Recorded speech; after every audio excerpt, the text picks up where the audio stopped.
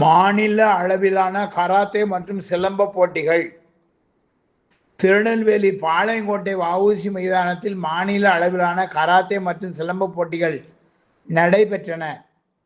இந்த போட்டிகளில் திருநெல்வேலி, தூத்துக்குடி, கன்னியாகுமரி உள்ளிட்ட பல்வேறு மாவட்டங்களிலிருந்தும் மாணவ மாணவிகள் மொத்தம் 1200 பேர் பங்கேற்றனர். எடை அடிப்படையில் கராத்தே போட்டிகளும் வயது அடிப்படையில் சிலம்ப போட்டிகளும் நடத்தப்பட்டன.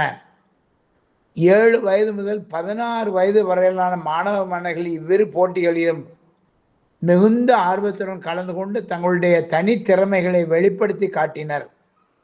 இதில் புள்ளி அடிப்படையில் கராத்தே போட்டிகளில் முதலிடம் பெறும் மாணவ மாணவிகள் 2026ஆம் ஆண்டு ஜனவரி மாதம் கோவாவில் நடைபெறும் சர்வதேச கராத்தே போட்டியில் பங்கு பெறுவதற்கு தகுதியுடையவர்கள் ஆவர்.